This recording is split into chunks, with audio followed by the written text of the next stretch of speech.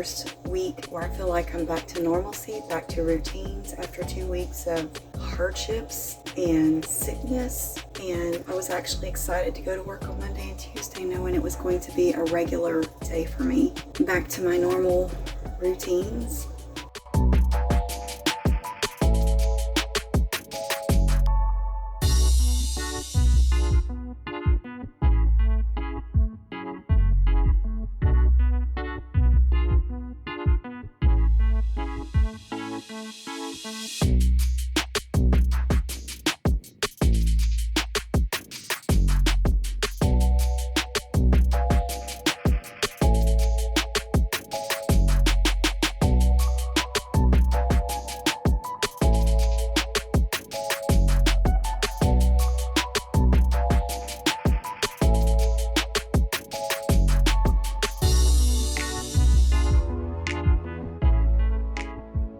Hi, and welcome back to my channel. I wanted to talk about something today, empathy. Ernie had a great question pertaining to my last video. He said, is that autistic thing with the taking in the feeling of the room when there are a lot of people in it? I wanted to comment about empathy and autism. Can people who are autistic be empathetic to others? So I had shared under the community tab, and you can go check it out, and there's the link, it's an article, How Do Autistic People Experience Emotions? So we know there's a stereotype that autistic people lack empathy and they can't understand emotions, or they may think we're emotionless. So we're going to talk about that. So in the article, it says, according to Psychology Today, one of the greatest misunderstandings about autistic people is they lack empathy. In fact, people with autism tend to only struggle with one type of empathy, cognitive empathy. Cognitive empathy involves trying to determine what someone is feeling based on their body language and other means of expression, and trying to work out what you would feel in a similar situation. But there's another empathy, affective empathy. By contrast, is when we feel with someone else. It's a deep sense of connection and emotional response. Imagine you're with someone you love who is deeply upset and crying. You may feel yourself becoming deeply upset too, or you may feel deeply moved by the plight of an animal and feel as if you're feeling their distress. So feeling too much. So under the community tab, this is where I gave my example of a recent situation of feeling affective empathy. We had a resident in my facility who passed away, and she had two best friends.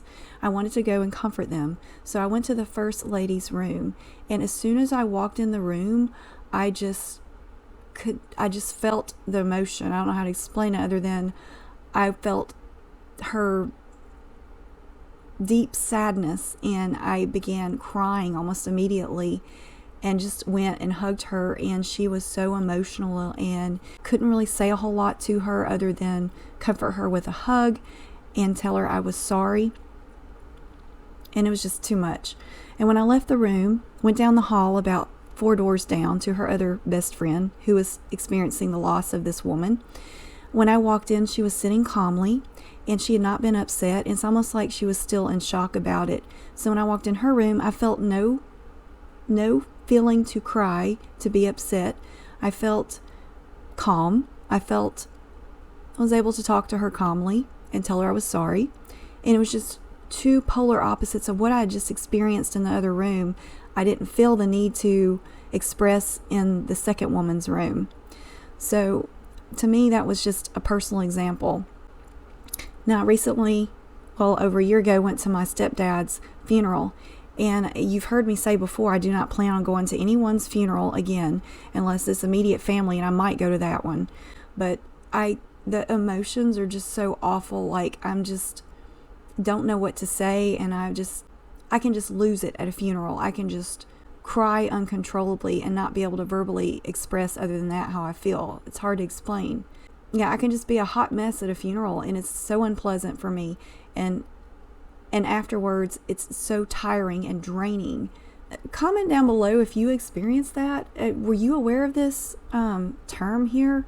Did you know about affective empathy, and do you experience? Some of you have already commented, yes, you have. And for any men watching this, would you please comment if you experience empathy? I know there's a stereotype that especially men on the spectrum don't experience empathy, but I would just love to know if you personally experience empathy. or you can relate to this article. So reading on, it says feeling too much. Autistic people often find that they feel way too much and have a very strong reaction to emotions, feelings, and particularly how others react to situations. This is known as being an empath, and it is much more common trait in the autism community than you might think. This idea challenges many of the accepted wisdoms of autism, but several of the characteristics of a meltdown or shutdown can simply be due to feeling far too much all at once. Okay. If you've never heard of Professor Tony Atwood, you need to go look him up. Especially, I love his understanding of women on the spectrum. It says he's probably the world's leading expert on autism and autism spectrum disorders. Neurodivergent individuals are susceptible to emotional contagion, the tendency to absorb, catch, or be influenced by other people's emotions, and can distinguish very subtle cues that others would not. He describes autistics tend to have a sixth sense, empathetic attunement. Autistics have no defense against other people's feelings, causing us to feel other people's emotional states. Our oversensitivity to others' feelings in turns result in autistics having difficulty differentiating their own feelings from other people's emotions. For the autistic, there's just a fog of emotion. It probably makes sense that many of us would experience emotions in an overwhelming way, as many of us experience senses in an overwhelming way, Isn't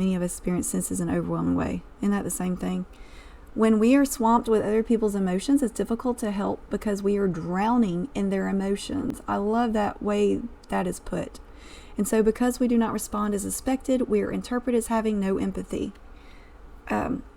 Drowning in others' emotions.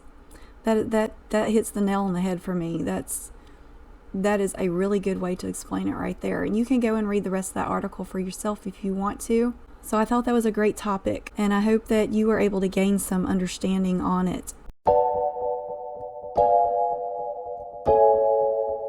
The second topic I wanted to talk about was how autism was viewed in the 1990s. That is when I went to college. I got a degree in behavioral health, and I graduated in 1998. And I've just always been fascinated with psychology. And I think that many of us would say, probably from a young age, if you were autistic, you have been fascinated with psychology. Why? We want to understand other people and ourselves. So I feel like this is why I have always loved psychology, to understand myself, always feeling weird and different, to get some understanding for myself and some understanding of others. When I went to college, what I remember being taught about autism was it's the little boy lining up toys who doesn't have empathy for other people, maybe doesn't even understand what other people are saying, and doesn't give eye contact. That's what I came away with feeling like autism was. And girls certainly weren't mentioned. So I went into looking up on the internet, what was it thought about, autism thought about in the 1990s, how was it viewed? It says in the 1990s, autism was viewed as a rare and severe developmental disorder that affected only a small number of children. The diagnosis of autism was often given to children who had significant language and social impairments, as well as repetitive behaviors and restrictive interests. And also during this time, there was something called the refrigerator mother theory. It suggests that autism was caused by a lack of maternal warmth and affection. And that theory has since been debunked. It's not true at all. You know, many of us on the spectrum have had loving, caring parents, so we know that is not true. I was watching some videos on autism, kind of back in the 1950s and 60s, and how they felt about it. And watching these videos, how they observed children, how they brought them into this clinic with this, the setting was all wrong, I believe. The clinical setting to evaluate a child, potential autism, bring them into a room with a huge camera and very sterile environment and expect them to be natural.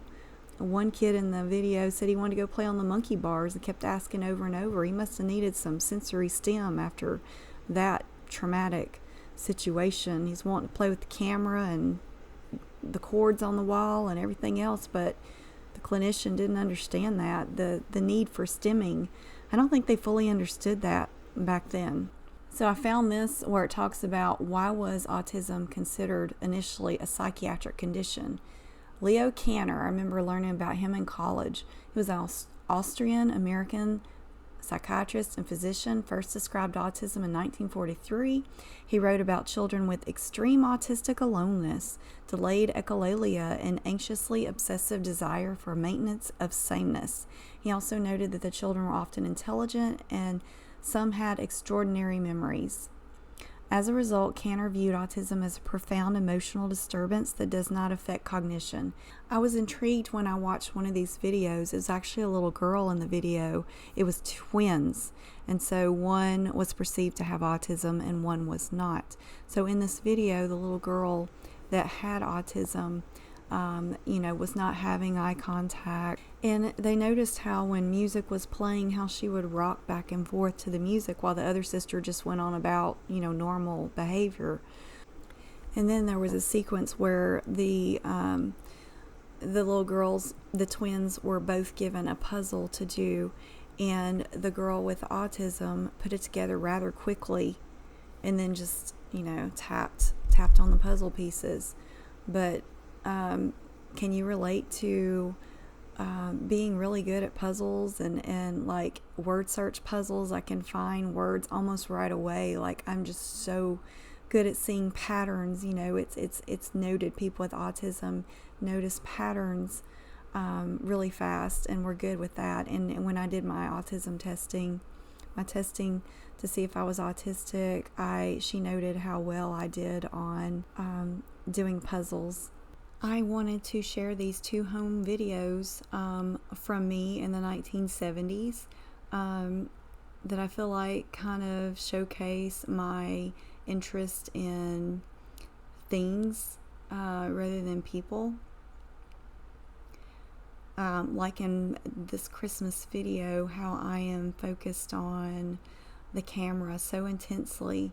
I just can't stop noticing the camera in this scene, and rather than interacting with my mom. And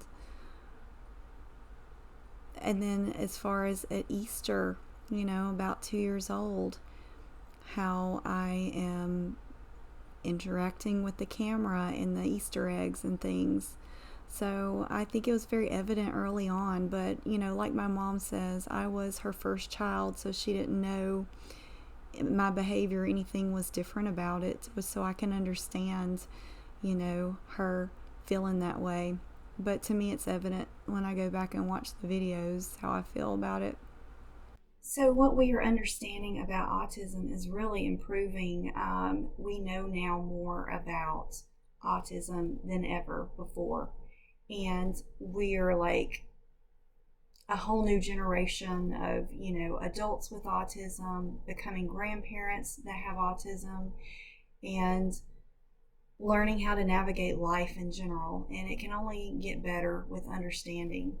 And when we are willing to share with others about our autism, it can only further help other people understand what autism is.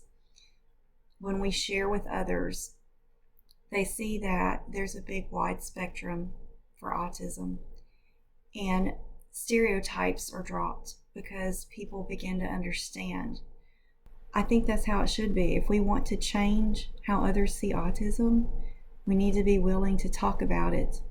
And it has taken me 2 years to feel like I can just now start to talk about it. Almost everybody in my life knows about my autism. And while it may be awkward at first when you tell someone about your autism, that does go away. You don't feel as awkward. The more interactions you have with someone, you are not focusing on, hey, they know I'm autistic. They are seeing you as an individual. So I assure you that weird feeling does go away after a while. My coworkers at work have known a long time, and I only now feel like I can connect with people at work because they know who I am, they understand, they accept me, and I accept myself. So I hope you get to that same point as well.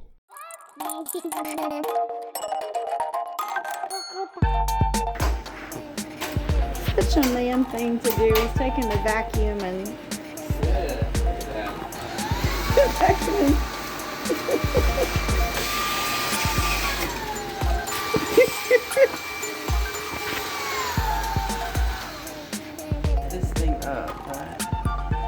Well, you might as well just look at all that. There's Hershey. What in the world? Mice have carried food in there. You need to open this up and see what's in there. Here, move this. Oh my goodness. Here. Oh, How in the world did those get in there?